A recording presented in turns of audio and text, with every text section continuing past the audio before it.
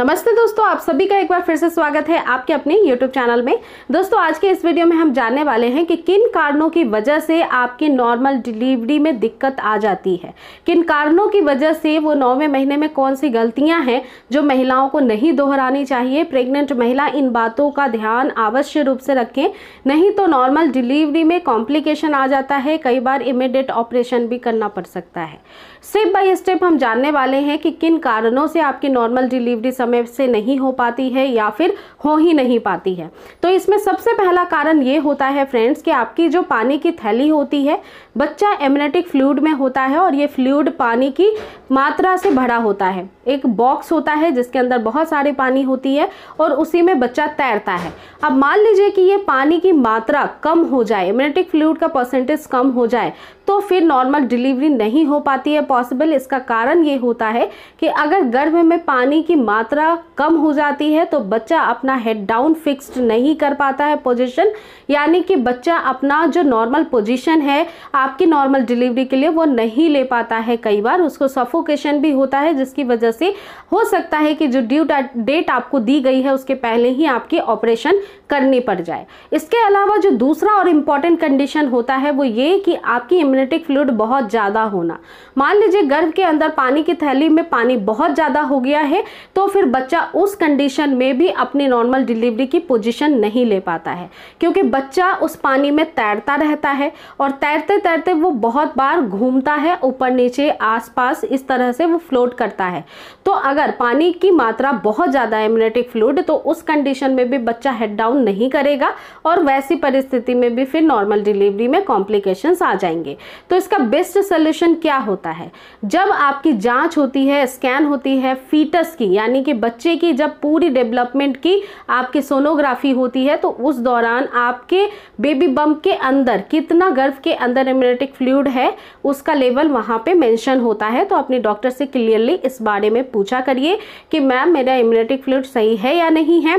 अगर सही नहीं है तो पानी अच्छे से पीना स्टार्ट करिए, क्योंकि पानी एक बहुत बड़ा, एक बहुत इंपॉर्टेंट रोल होता है आपकी प्रेगनेंसी के दौरान, प्रेगनेंसी हेल्दी रखने के लिए। जिन महिलाओं के शरीर में पानी की कमी होती है या डिहाइड्रेशन होता है, तो ऐसी परिस्थिति में एमनियोटिक फ्लूइड में पानी की भी कमी हो सकती है। और अगर एमनियोटिक फ्लूइड ज़्यादा है तो वैसी कंडीशन में भी आपको अच्छा गाइड करेंगे डॉक्टर कि क्या आपके लिए बेस्ट हो सकता है। कुछ मेडिकेशन भी हो सकते हैं आपके लिए पॉसिबल। तो ये चीज़ें आपको समझना चाहिए कि एमनियोटिक फ्लूइड आपका सही होना चाहिए। तो पानी बिल्कुल भी कंजूसी ना करें, अच्छे से पिए। दिन भर में 8 ग्लास पानी एक प्रेग्नेंट महिला के लिए बहुत ज़रूरी है। इसके अलावा फ्रेंड्स, जो तीसरा और इम्पॉर्टेंट सिम्टम्स होता है, या यूँ कह लें कि बहुत बड़ी मिस्टेक्स होती हैं, ये महिलाओं के तरफ से ही होती हैं। जैसे कि प्रेगनेंसी के दौरान आपको पता होगा कि महिलाओं के शरीर का भार, वजन बढ़ने लगता है। ये कॉमन प्रॉब्लम है, 12 से 15 किलो वजन बढ़ जाना 9 महीने की गर्भावस्था में। लेकिन कुछ महिलाओं की हैबिट, बैड हैबिट्स इतनी ज़्यादा होती हैं, खाने का जो रूटीन होता है वो इतना गलत होता है, जिसकी वजह से उनका फैट बहुत ही ज़्यादा बढ़ जाता है।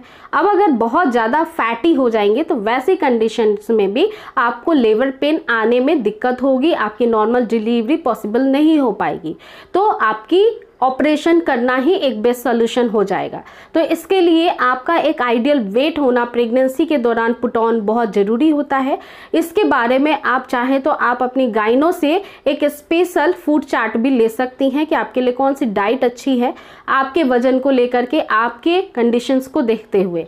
तो आप उन डाइट को फॉलो करें, या फिर बहुत ज़्यादा बाहर का खाना हो गया, बहुत चीनी, शक्कर वगैरह मीठी चीज़ खाना, वो सब अवॉइड करिए प्रेगनेंसी के दौरान। तो आपका वेट जो है वो प्रॉपर रहेगा। बच्चे को न्यूट्रिशंस देने के लिए जो चीज़ें आपके स्वाद में बहुत ज़्यादा आपको अच्छी लगती है, बाहर की चीज़ें वो बच्चे के लिए अच्छी नहीं होती हैं। उसको न्यूट्रिशंस देने के लिए आपको अच्छा स्वस्थ खाना खाना, फ्रेंड्स अनाज, साग सब्जी खाना, घर का बना हुआ अच्छा शुद्ध खाना खाना, दूध पीना, प्रोटीन अच्छे से लेना, अच्छी जो सप्लीमेंट आपको दवाइयों के तौर पे दी गई वो समय से लेना, ये ज़रूरी होता है। ना कि आपको टेस्ट बढ़ाने वाला कोई भी फूड खाने से बच्चे का वजन बढ़ेगा, ना ही बच्चा स्वस्थ बनेगा। तो आप बच्चे को कमज़ोर नहीं करना चाहती हैं तो अच्छा खाना खाइए, साफ खाना और बहुत ही अच्छा खाना, हेल्दी जो न्यूट्रिशन से भरपूर हो वो खाना खाइए। इसके अलावा दोस्तों आपका वजन अगर बहुत कम हो जाता है, कई बार ऐसा होता है कि कुछ महिलाओं की हार्मोनल जो बैलेंस होती है वो सही नहीं होती है, जिसकी वजह से उनका वजन कम होने लगता है। जैसे थायराइड की कंडीशन में ऐसा होता है। तो थायराइड की जितनी भी माएँ बनने वाली महिलाएं हैं उनके लिए थायराइड की एक मेडिसिन आती है जो मॉर्निंग में उनको दी जाती है खाली पेट। तो वो अगर आपके लिए रिकमेंडेड है, आपको गाइनो ने बोला है, तो उस दवाई को टाइम पे लेना बहुत इंपॉर्टेंट है। तो समय से टाइम पे डेली उस दवाई को लीजिए।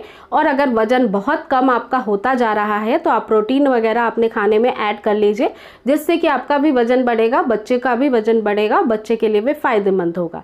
बाकी इसके बारे में आप खुलकर बात अपनी डॉक्टर से भी कर सकती हैं। इसके अलावा दोस्तों आखिरी में आपके कुछ ऐसी मिस्टेक्स जो बहुत बड़ी मिस्टेक्स होती है, इमीडिएटली आखिरी के कुछ महीनों में, कुछ हफ्तों में ही करना स्टार्ट करती हैं महिलाएं। जैसा कि फ्रेंड्स आपका 9वां महीना लगता ही है, 37 हफ्ता लग जाता है, तो नॉर्मल डिलीवरी कभी भी होती है। बट जिन महिलाओं की नहीं होती है उनमें मैक्सिमम देखा जाता है कि वो फिजिकली एक्टिव नहीं रहती हैं। गर्भ तो बढ़ता ही है, कॉम्प्लिकेशंस तो आते ही हैं, बॉडी फिट नहीं होती है, इस वजह से काम करने में दिक्कत आती है। ये बिल्कुल सही बात है, लेकिन जितना हो सकता है एफर्ट लगाकर आप उतना काम तो कर सकती हैं। इससे होगा क्या? इससे बहुत सारे फायदे होंगे, जैसे बॉडी के अंदर ब्लड का सर्कुलेशन अच्छे से होगा, मल्टीपल आपके जॉइंट्स जो हैं वो मूवमेंट करते रहेंगे। ऐसी कंडीशन में आपके शरीर के मसल्स फ्लेक्सिबल बनेंगे, और जो नॉर्मल डिलीवरी के लिए बहुत ज़्यादा ज़रूरी होता है। इससे बच्चे को हेड डाउन करने में मदद मिलती है, क्योंकि मदर एक्टिव है, वो चलती फिरती हैं, तो बच्चे को स्पेस गर्भ में अच्छे से मिल पाता है। तो एक्टिव रहना बहुत ज़्यादा ज़रूरी है। जितना हो सके आप जितना काम कर पाती हैं वो ज़रूर करिए। घर के काम से बेस्ट कोई काम नहीं होता है प्रेग्नेंट महिला के लिए, तो एक्टिव रहिए, वो आपके लिए बहुत अच्छा है। झाड़ू पोछा कर सकती हैं तो आप करिए, जितने भी रूम की आप झाड़ू पोछा कर सकती हैं। ये एक तरह का एक्सरसाइज है, टहलना है अच्छे से। और इसके अलावा आखिरी में एक बहुत इंपॉर्टेंट सुझाव कि बहुत बार ऐसा होता है कि हम बहुत सारी चीज़ें करते तो हैं, सारी चीज़ें सही तो हैं, सारे टिप्स हेल्पफुल तो है, लेकिन हम टेंशन ले लेके कर रहे हैं। अब आप बहुत ज़्यादा टेंशन ले रही हैं, बहुत ज़्यादा चिड़चिड़ी हो गई हैं, गुस्सा कर रही हैं, दोस्तों डिलीवरी के बारे में सोच के बहुत ज़्यादा गुस्सा करती हैं, टेंशन ले लेती हैं, तो ये भी आपके लिए बिल्कुल उचित नहीं है। टेंशन लेने की वजह से हार्मोन्स जो ऑक्सीटॉक्सिक नाम के होते हैं वो आपके गर्भ में संकुचन को लाने में मदद करते हैं, और जिससे आपको प्रसव पीड़ा स्टार्ट होता है। अब ये जब आपके ब्रेन से, पिट्यूटरी ग्लैंड से सिक्रीट होता है हार्मोन, बॉडी के अंदर यूट्रस में जाकर के सिग्नल देता है, वो हार्मोन्स प्रॉपर वर्क कर नहीं पाते हैं। स्ट्रेस की वजह से और भी कई सारे कॉम्प्लिकेशंस आते हैं। कई महिलाओं को बीपी की प्रॉब्लम, ब्लड प्रेशर घटना बढ़ना, ऐसी परेशानियां भी हो जाती है। बहुत बार ऐसी कंडीशन में महिलाएं डिप्रेशन में चली जाती हैं। तो टेंशन छोड़ दीजिए, ये आपकी प्रेगनेंसी है, डिलीवरी तक ही आपको कैरी करना है जितनी भी परेशानियां हो रही हैं। और आपकी जब अच्छी बेस्ट डॉक्टर आपके साथ होती है तो आपको टेंशन यूं भी नहीं लेना चाहिए। प्रेगनेंसी के जर्नी जो होती है वो बहुत ज़्यादा नाजुक होती है, भावनात्मक तौर पे महिलाओं के लिए बहुत ज़्यादा महत्वपूर्ण भी होती हैं, क्योंकि इस दौरान महिला का केयर बहुत ज़्यादा ज़रूरी है। वो मानसिक रूप से बहुत ज़्यादा परेशान भी रहती हैं, क्योंकि शरीर में डबल भार लेकर के उनका 9 महीना तक कैरी करना है, सारे हार्मोन्स गड़बड़ हो जाते हैं, कई सारे कॉम्प्लिकेशंस आते हैं, पेट दुखता है, स्तन भारी हो जाते हैं, ठीक है, वॉशरूम जाने में दिक्कत आता है, प्राइवेट पार्ट में दर्द होता है, बहुत सारी कॉम्प्लिकेशंस तो होते हैं।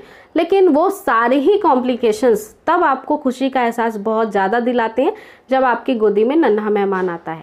तो उस नन्हे मेहमान को लाने के लिए, प्रसव पीड़ा समय पे आने के लिए आप ये छोटी छोटी मिस्टेक से बच के रहिए। आपका बेबी भी स्वस्थ रहेगा और आप भी स्वस्थ रहेंगे।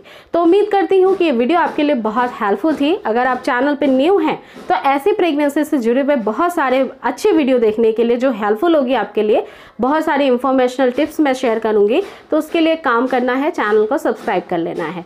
अगर आपके आसपास में प्रेगनेंसी कंसीव कर चुकी महिला या प्रेग्नेंट महिला है तो उससे भी आप इस वीडियो को शेयर कर सकते हैं।